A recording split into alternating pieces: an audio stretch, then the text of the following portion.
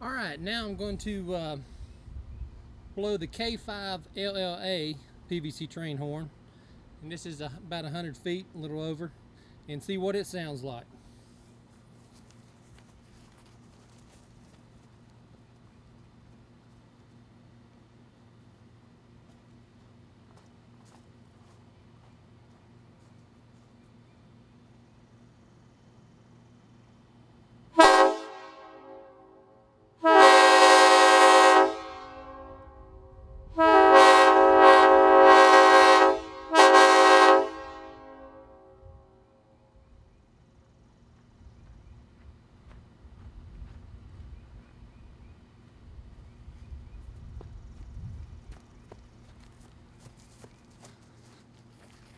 All right, that was the K5Lla PVC train horn.